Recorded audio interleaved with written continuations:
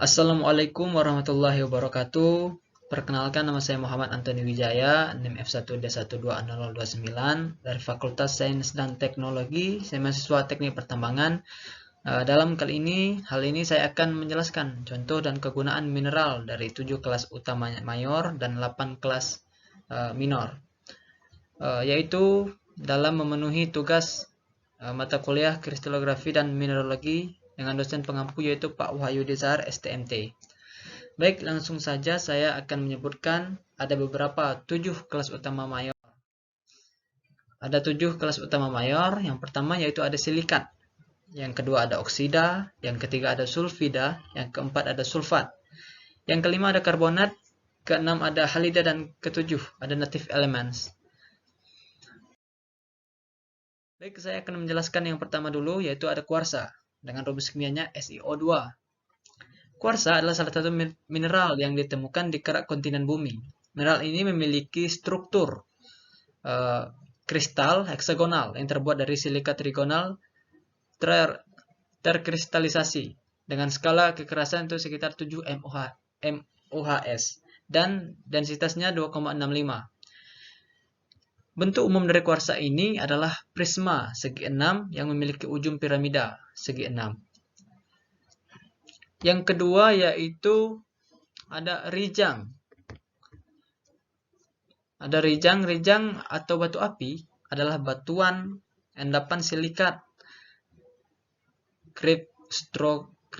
kristalin dengan permukaan licin, disebut batu api. Karena jika diadu dengan baja atau batu lain akan mercikkan bunga api dan membakar bahan kering.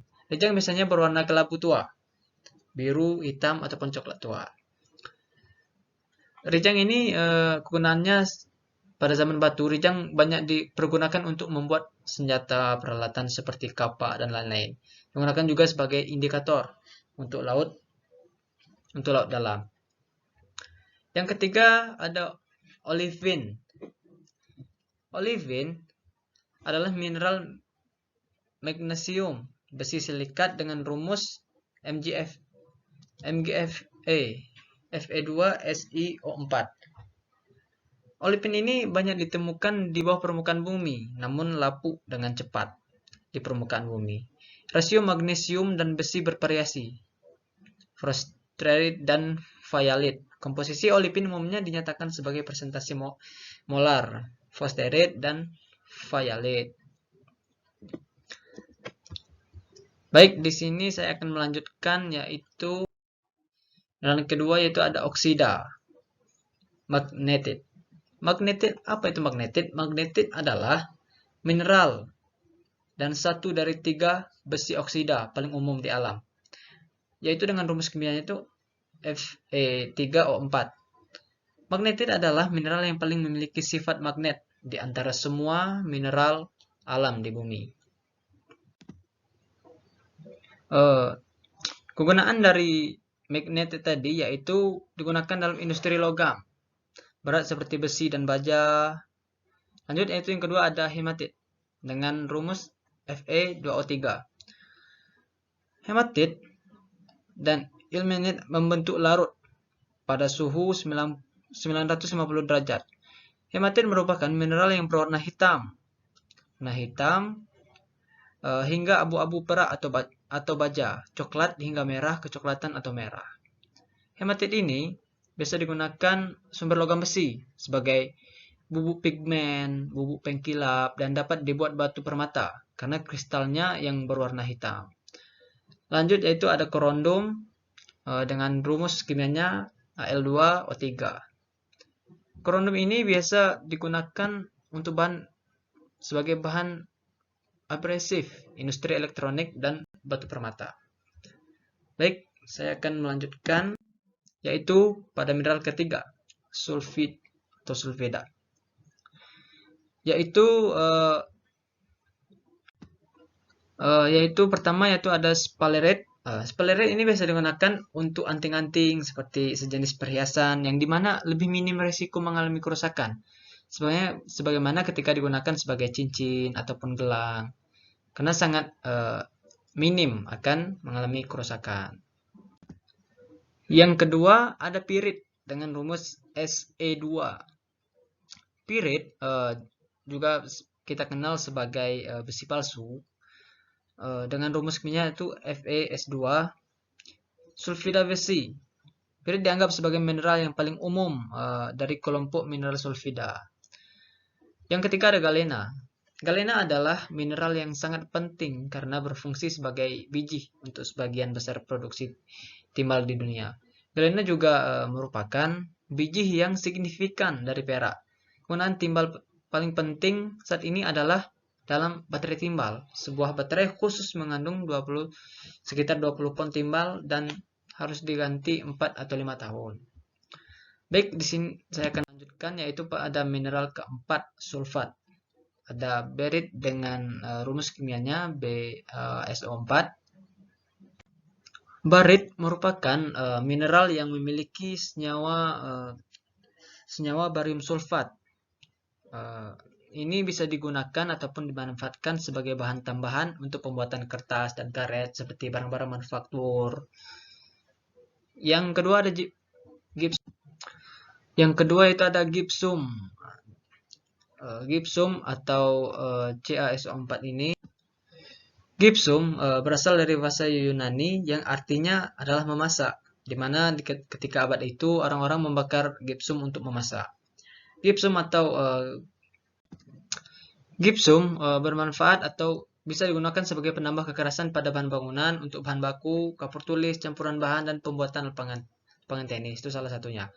Itu ada anhydride CaSO4, kegunaan perawatan tanah, bahan campur plaster bangunan, dan bahan konstruksi lainnya. Baik, kita akan melanjutkan kepada mineral yang kelima, karbonat. Ada kalsit, CaCO3. Kalsit ini bisa digunakan untuk membuat semen. Sering kita lihat orang membuat semen dengan kalsit ini, dan juga dapat sebagai bahan konstruksi bangunan. Kalsit juga banyak digunakan sebagai pupuk dan bahan api dan produksi kertas dan lainnya. Yang kedua ada dolomit, CaMgCO32. Kegunaannya atau manfaatnya sebagai sumber logam magnesium dan senyawa magnesium oksida yang digunakan untuk membuat batu bara tahan api. Berguna juga untuk pembuatan pupuk. Lanjut, yaitu ada ketiga, magnesit, MgCO3. Digunakan untuk menghasilkan magnesium magnesit ini juga digunakan menghasilkan magnesium oksida tadi, dan juga bahan ini juga bisa dimanfaatkan seperti industri baja dan industri lainnya. Lanjut, yaitu ada mineral halida. Fluorid CaF2 itu bisa digunakan untuk peleburan besi agar peleburannya untuk mengurangi viskoksitas terak. Yang kedua ada halid. Apa itu halid? Halid umumnya dikenal sebagai garam batu, adalah satu jenis garam bentuk mineral alami natrium klorida NaCl. Halid selalu umumnya membentuk kristal isomerik. Dan yang ketiga ada silfit.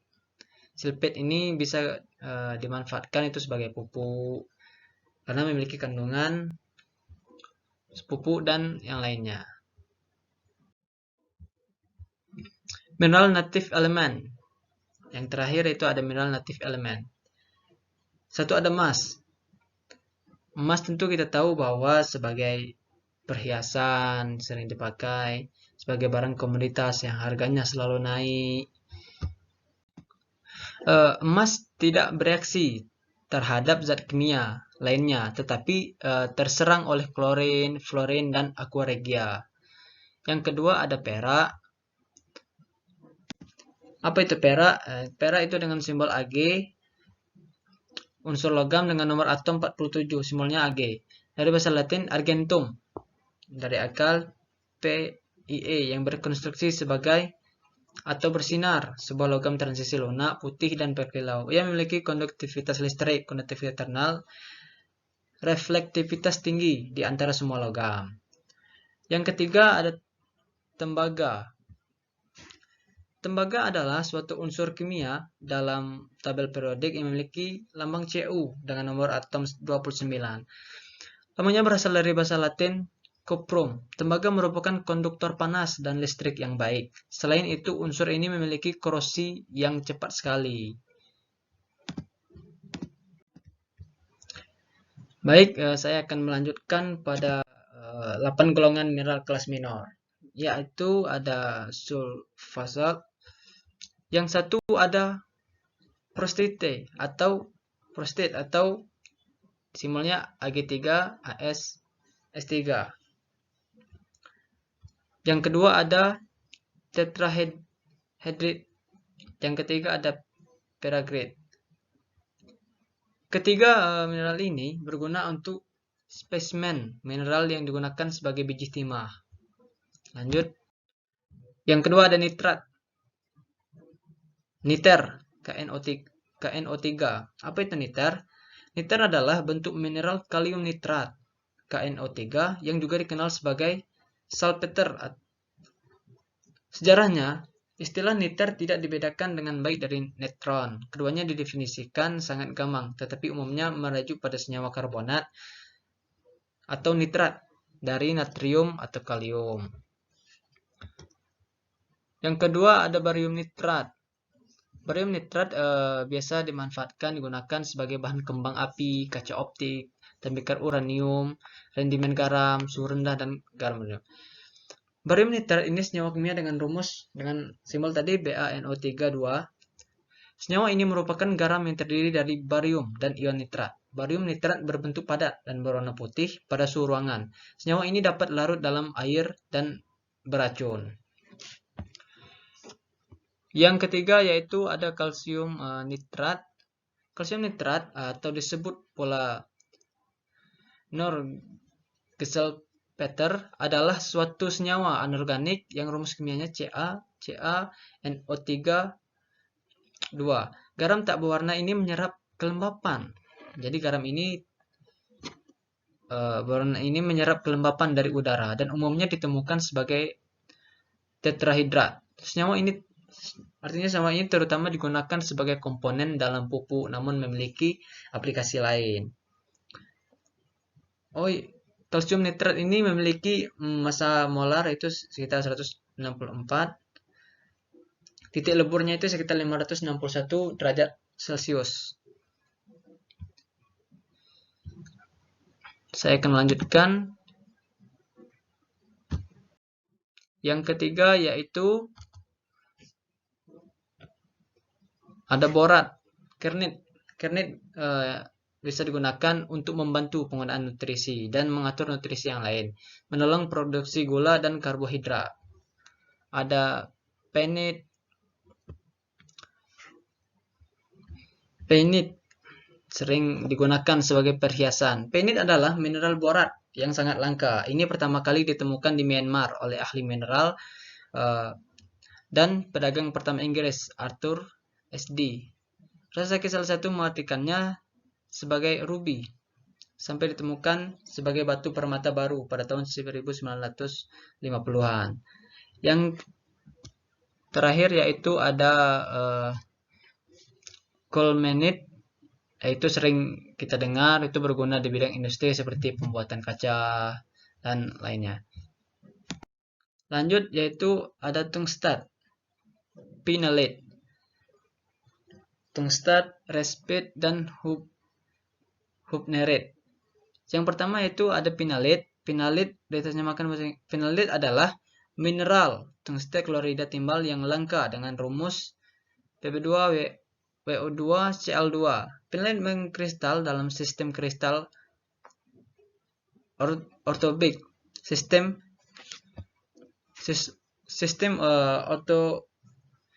ortorombik digambarkan memiliki 3 sumbu kristalografi dengan panjang yang tidak sama, biasanya disebut sebagai C, B, dan A.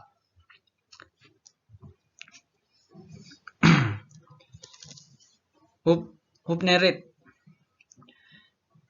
adalah campuran antara besi dan wolframat yang berwujud padat. Seringkali campuran ini dinamakan sebagai huprebate apabila meningkat. Mineral ini adalah mineral monoklinik hitam terdiri dari besi, tungstat, WO4. Baik, lanjut yaitu ada molibdat. Molibdat terdiri dari ichthyosaite, tensite, dan nuricite. Ketiga mineral ini, molibdat ini digunakan sebagai katalis, penghambat korosi, superkapasitor, obat isotop induk pada generator, untuk pencitraan kedokteran nuklir, dan lain-lain. Lanjut yaitu fosfat. Fosfat terdiri dari monasid, pirus, apatit. Apa itu monasid? Monasid adalah mineral fosfat berwarna coklat kemerahan yang mengandung logam tanah. Monasid biasanya terbentuk di dalam kristal terisolasi berukuran kecil. Mineral ini juga memiliki kekerasan mulai dari 5,0 sampai dengan 5,5 skala MOHS dan relatif padat dengan ketegangan dan densitas sebesar 4,6 sampai dengan 5,7. Yang kedua ada pirus. Nah, pirus merupakan mineral tidak tembus cahaya berwarna toska yang dianggap sebagai batuan berharga karena warnanya yang unik. Istilah pirus berasal dari kata bahasa Arab yaitu virus. Apatit. Apatit ini sering dimanfaatkan sebagai pembuatan pupuk yang mengandung fosfor. Baik, yaitu arsenat. Arsenat terdiri dari erythrite, annabergite, dan menemit. Erythrite biasa digunakan pencari sebagai panduan terkait kobal dan perak asli. Dan annabergite sering digunakan sebagai logam dan paduan sebagai baja tahan karat. Sedangkan menemit itu sebagai spesimen kolektor, seringkali menciptakan kerak. Lanjut, ada panadat. Ada alpanit, kornatit, dan bauxite. Mineral panadat ini salah satu biji industri utama di elemen vanadium yang dapat berekstraksi dengan cara dilebur. Panadat ini juga terkadang digunakan sebagai sumber timbal. Lanjut.